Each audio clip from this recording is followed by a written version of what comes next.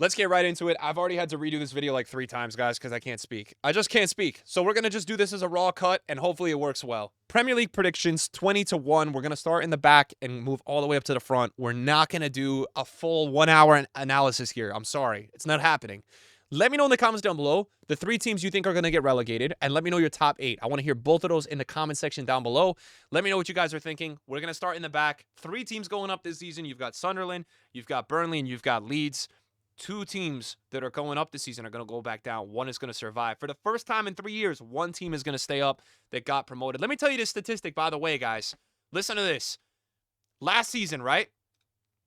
Leicester City, negative 47 goal differential, 25 points. Ipswich Town, negative 46, 22 points. Southampton, negative 60, 12 points. All 3 of those teams came up. The next closest team was Spurs and 38 points with a negative 1 goal differential. There are levels to the Premier League, but I'm going to not be boring and I'm going to give 1 team a chance. So 20th place, Burnley. 19th place, Sunderland. 18th place, Wolves. I'm bringing Wolves down. I think they're going to go down. They didn't do great last season. They had a bad goal differential last season. They didn't really strengthen much, and they cashed out on Cunha for 80 mil. They also lost. Where's my tab here? They also lost. They also lost Nori. So that's a big deal for them with Wolves. I think it's enough for them to go down. 17th place is going to be Leeds. And no, I don't think Xhaka single-handedly at his age, even though he's a winning GOAT, is going to put Sunderland on his back and bring them to stay up. I know you guys are all going to write that, but I don't see that happening. I love Xhaka. I don't think it's going to happen. Okay, 17th place, Leeds. 100 goals almost last season, 100 points. They know how to score goals. I think they'll be okay. They've been in and out of the Premier League the last couple of years. I think they're going to do it this season. I think they will do it. 16th place, Brentford. Brentford, guys. Brentford are not looking great next season. Now, some people have them relegated.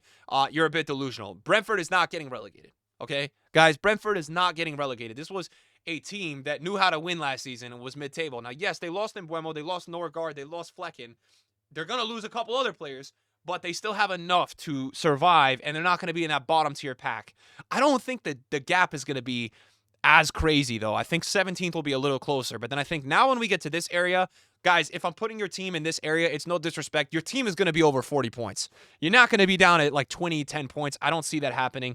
So let's talk about who I have here. This is where it just gets tough, guys, because there's this teams from 15 to 7 that I think we're going to see throughout the whole season. It's going to be very close in this gap, and I don't even know who to put here. Like, every time I've tried to put a team at 15, it feels like they're too low, so I don't even know how to really do this. I really don't, guys. I really don't. I'm going to say 15th, West Ham. You know, maybe just because that sounds okay. I mean, West Ham last season, 14th place, guys. They're shipping out Kudus, which is a big deal, but their lineup is still pretty good, so it's not a bad team, and it's a lot better than the teams under them, but I'm just going to put them in 15th because I think, okay, that's probably a decent prediction. 14th place, guys. I don't like this prediction. But I'm going to put in 14th place Bournemouth, and they were one of the most exciting teams to watch last season. I just feel like, you know, they brought in Petrovic. They kept some of the guys on this team, you know, that I liked, but ultimately, guys, Bournemouth, you know, what do you guys think? Is that a bad one? I mean, Hoyson and Kirkes leave, so I think they're going to struggle defensively, which is why I'm putting them lower. I don't think they're going to be really in super trouble on the attack, but that's why I have them in 14th. Am I crazy? Maybe I'm crazy. Okay, this is where everybody's going to say I'm crazy. 13th place, Fulham. This might be a little crazy because, guys, to be honest, Fulham have been one of the quietest teams this season. So that's why I'm putting them kind of where they were last season. They had 0 goal differential, 54 points. They got 11th last season. 13th, it's not that different. They haven't done much that I love. So I'm just going to put them there. Am I crazy for that? Now, where are we? 12th, Crystal Palace. I've seen people put Crystal Palace in the top 6, okay? Palace, yes, they are a team that really does perform well in finals. It doesn't mean they're going to get top 8. I don't think I've fallen for the Crystal Palace trap before where you watch a game or you watch early season and you suddenly like, nah, this team is... I don't see it happening, guys. I think Palace, 12th place sounds right. You know, the thing with Palace, guys, that people, you know, didn't even predict, Mark Gehi might be leaving, and Eze looks like he might be leaving now. So, like, they may lose some massive pieces to this team. And it's about how they're going to really rebuild that because, you know, this is going to be now if they lose Eze, They're losing Eze. They're selling Eze, Olise. Olise is like, Ballon d'Or almost like level rankings now player. So Palace, I think 12th, it seems right. 11th place, we are going to go for Nottingham Forest. And 11th and 10th, I don't really know how I feel about either of these teams. Nottingham Forest last season did really well. Towards the end of the season, not so well. Their preseason, they struggled to score. I watched a bunch of the games. They didn't play particularly well in the preseason. They sold Elanga to Newcastle for $61 million, which is just freaking insane. It seems right to put them there. I don't know. Maybe I'm crazy. Watch out for this guy. I know people are going to say Ndoi, but I'm talking about Igor Jesus from Botafogo, guys. Remember the name. Remember the name. And you guys can make a meme edit when he does nothing after 15 games, but remember the name because I do think he is a special player. I've seen him before. They picked him up for I think it was 15 to 20 mil. So watch out for him. All right. Who is my mid-table team? Take a guess. Brighton. I'm going to put Brighton at 10th. Now, Brighton last season got 8th. I think they'll do a little worse. They did really well last season. Still keeping a good core of the players. Brought in a couple defenders specifically. And a few really young wingers. They got this guy Tom Watson from Sunderland. They're bringing in like 15 players this season. Whether they're coming back from loan, they have tons of loans that are expiring. I don't think they've strengthened the team enough, and they're losing Estupinan and Joao Pedro. So when you do that, you're gonna go lower in my predictions. You're not gonna be in 8th. You're gonna be in 10th. Maybe they might be lower. Brighton could be a team that could be 13th to 14th as well. Keep that in mind. It could be where you see like West Ham or Bournemouth up at 10 and then Brighton at 13, 14. Look, again, as I said, I'm going to be weird and make some different predictions this year. I'm going to put Everton, guys, in 9th. Am I crazy for that? Now, Everton have done some interesting things. They're bringing in Barry from Villarreal, who is a very nice player. Now Jack Grealish, will he be hungover or will he actually turn up from the pub and play some football? He did help Man City win a treble. 100 mil, didn't really produce. People call him a flop. I think he's got something to prove. He's still 29. He's going on loan here. And I think he's going to be motivated to play well and shut the haters up. So, look, Jack Grealish is not the reason I'm putting them in 9th place, but we do know how Jack Grealish thrives in a squad and in a situation like Everton. Now, not to mention as well, Dewsbury Hall. And who are they losing? Not really anybody super crazy, guys.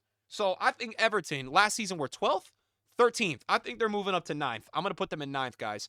Now, this is the top 8. This is where it is getting a little challenging for me to figure out what the hell I want to put, okay? Now, 7th and 8th, I believe these two teams will be very close to each other in the table, okay? Very close to each other. And these two teams are, can I get a drum roll? Okay, Spurs and Newcastle. Now, there's still some things that are being ironed out. Now Spurs are linked with Savinho from Man City, and they're also being linked with, oh my God, my short-term memory. Who is Spurs being linked with? Oh my God, I'm literally forgetting. How can I forget who Spurs is being linked with? Oh my God, my brain this week is not working. Spurs, it's someone I think it's somebody in the Premier League. Let me pull this up real quick. Eze, sorry. Oh my God, Eze, guys. So Eze as well, being linked with Spurs as well, was also linked with Arsenal. But it looks like, Spurs may get one or two of them, which would be both insane. And Newcastle, for me, we've got this Isak drama now. In terms of who they brought in, Elanga, who has been playing very well, but, and it's nothing bad getting 7th or 8th. So I really got to make up my mind about what I want to do here. I'm going to put Spurs in 8, and I'm going to put Newcastle in 7. No, am I going to put Newcastle in 8 and Spurs in 7? I mean, Spurs like 8th after 17th, but the lineup, you still got Romero. You got Romero. You bring in one of those guys, Savinho. I hate that Madison is out and Son is on the way out. Let's put Spurs 8, Newcastle 7. Okay, number 6. I'm a little shocked I've got them here, but when I'm running through my rankings, it makes the most sense. Manchester United. Now, these guys are going to have no football other than really the Premier League and a few cups. No Europa League, no Conference League, no Champions League, okay? They're bringing in Sesko, Embuemo, Cunha, getting players back healthy. There's a lot to like. And it looks like they're weeding out some things that just players that didn't work at the club, right? Garnacho, Sancho, Rashford wasn't happy there. He's out at Barcelona now. They still got to figure out what to do with Anthony. He's still owned by the club. But I think United, look, you're spending 225 mil on 3 attackers, okay? We look at last season. The defense was good enough. You only conceded 54 goals, okay? You look at Brentford in 10th, they conceded 57. You look at Villa in 6th, they conceded 51. Brighton conceded 59. So can they continue to work on their defensive line? I think there's going to be players in the defense playing better. Now, Donnarumma's linked with Manchester United. Donnarumma. There's also Baleba. So we'll see if any of those happen. But regardless, you spend 215 mil, 225 on 3 attackers. All 3 of these guys I have seen through the eye test. They're all capable of contributing to the team. You also have Xerxes still there, who's going to hopefully get back, be nice and healthy for you. Bruno is finally going to be able to actually play in his role, and you've got some developing nice talent at United. I think 6th isn't that crazy. Last year I put them in 4th.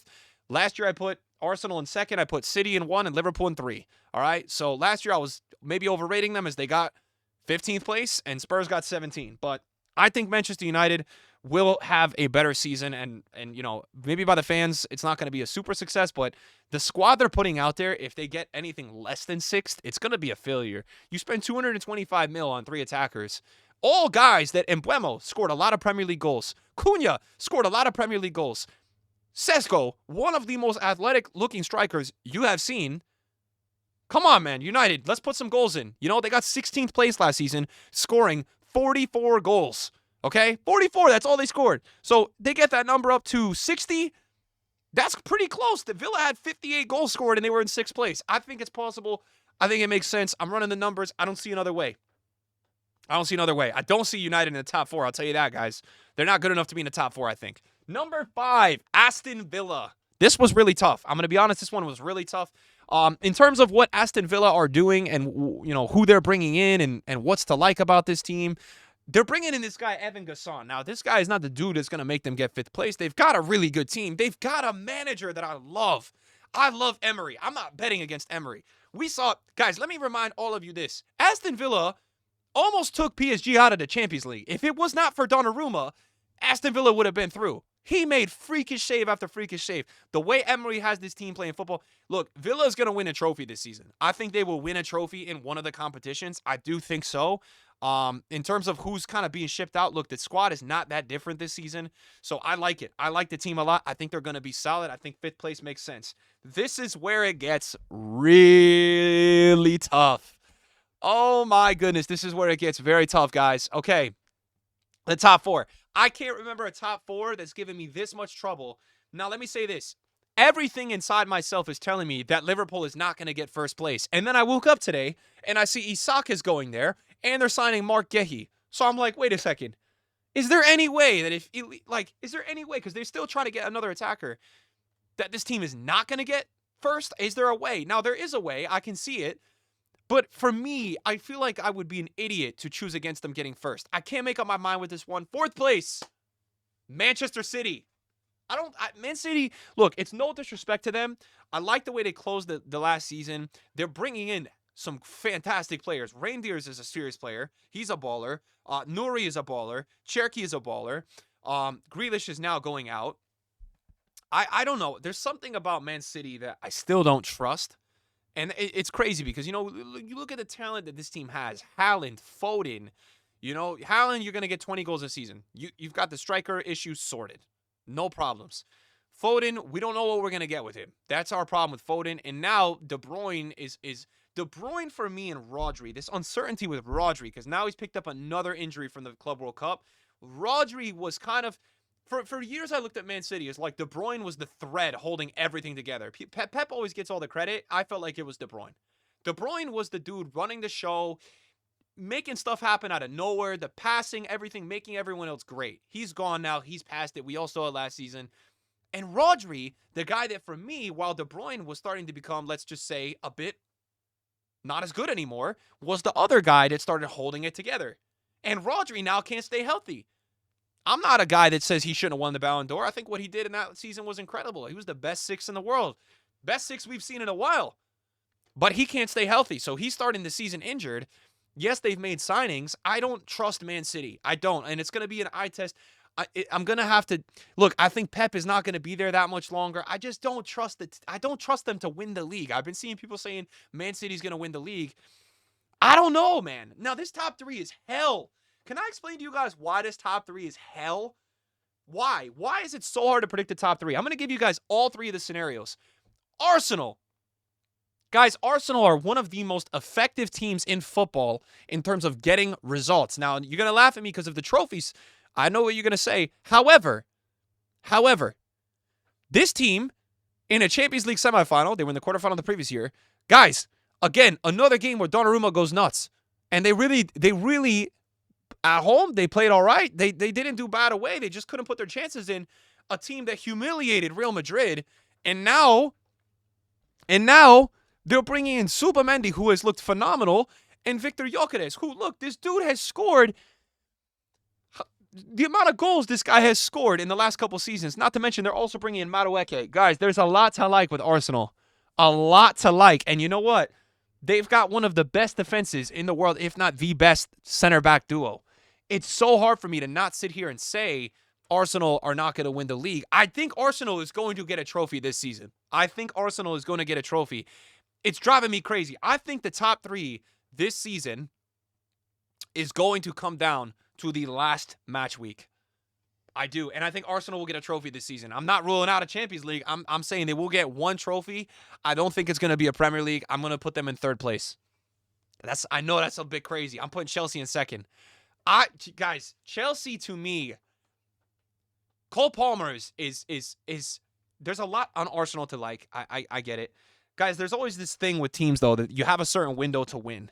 And I think this is probably, Arsenal's gotten 2 more years in this window to get something out of it. They've been close in the Champions League. These eras don't last forever. Arteta's got to get his team a trophy this season, or it's a failure. I don't think they're going to win the Premier League. They could.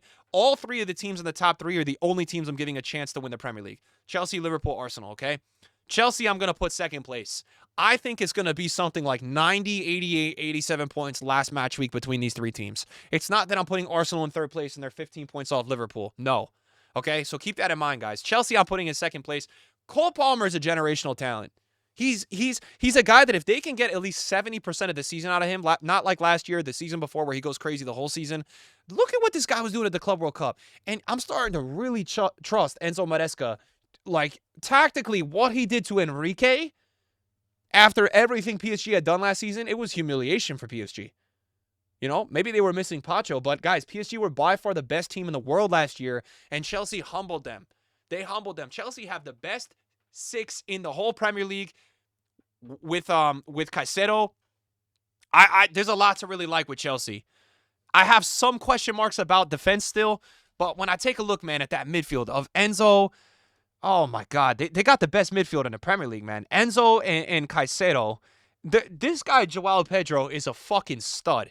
All right? He's so good. They brought in Gittins, Hato, Delap. So now, guys, they're bringing in Estavo, Delap, and Pedro, all guys that can contribute. Paez as well. Felix is, guys, there's a lot I like. There's a lot that I like about this Chelsea team. That's why I'm putting them in second place. And I'll tell you this, guys. The only reason today I woke up and I'm putting Liverpool in first place, the only reason, it's not because of what I've seen so far with them. It's what I'm expecting. I'm expecting Liverpool to sign Mark Guehi, and I think they will get Isak. Isak is on a boycott now that he's not going to play for Newcastle, so where is he going to go realistically? He's going to have to get sold to Liverpool. He's too much value for them to just have him sit on the touchline. They said he's not playing. He wants to leave. He wants to go. He's not training with the team, so I expect him to become a Liverpool player. And you look at this Liverpool team, Wirtz is going to be playing with, you went from Szoboszlai, Diaz, Gakpo, Nunes, Salah, to Wirtz, Salah, Ekitike, Isak, Gakpo. I'm not, if I'm putting that into my prediction considered, I'm not betting against that team. There's no way. I know people are going to say VVD is finished, Salah is finished. Okay, maybe one of them is finished. And maybe one of them only plays at 80% of what they did last season. Do you see who they brought in? I'm sorry, man. So for me, Liverpool and Chelsea are going to be in the top 2. Arsenal could be there. They will be there until the end. I think that's a lock for the top 3. I don't think Man City is as close as people think to those 3 teams and what they can do. I just don't. I don't like Man City. I haven't liked the flow of the way the team is playing, how the Champions League went last season. We all overrated Al Hilal after they lost to Al Hilal, but really, Al Hilal wasn't that insane. They were good. So for me, to watch Chelsea dismantle PSG, to watch Arsenal compete with PSG the way they did in Champions League, and Liverpool, who won the league last season, want to defend it, and got the attacking help they've needed. Gravenberch, McAllister, VVD, Konate, you sign 2 fullbacks. Over the course of a season, you add some depth. You get, if this Isak deal does happen, regardless, you know, it's a little bit more tricky if they don't get Isak. It's a little more tricky for me to say with assurance that I think they're going to get first place, but I think the Beast is too good to choose against. And if that does happen, yeah, it's looking scary for the whole league. But guys, look, if they don't sign Isak, not going to be surprised if Chelsea or Arsenal win the league this season. Let me put it that way.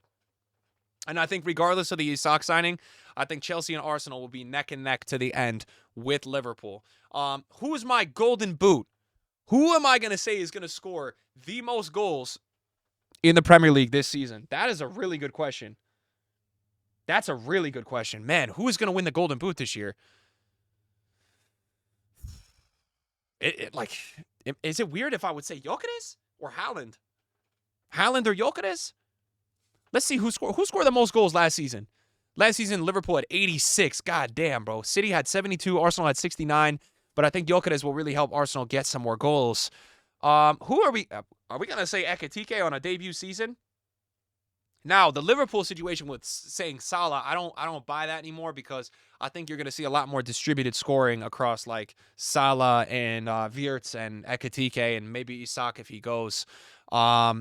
Some people are going to probably say some crazy stuff like Pedro or let's go with Gyökeres, man. Screw it. Let's say Gyökeres and let's say let's go with that. So guys, that's my predictions. Let me know what you think. I never feel good about making predictions, guys. Never feel good, but that's what I'm going to go for here. Most goal contributions total in the league next season. You ready for this? Cole Palmer. Cole Palmer, man. Cole Palmer is going to make his mark next season, and we're going to be back to Chippy Chips in December. Cole Palmer, guys. I'm going to go Cole Palmer. Let me know your thoughts down below, guys. Yeah. See ya. Thanks for watching, guys. Peace.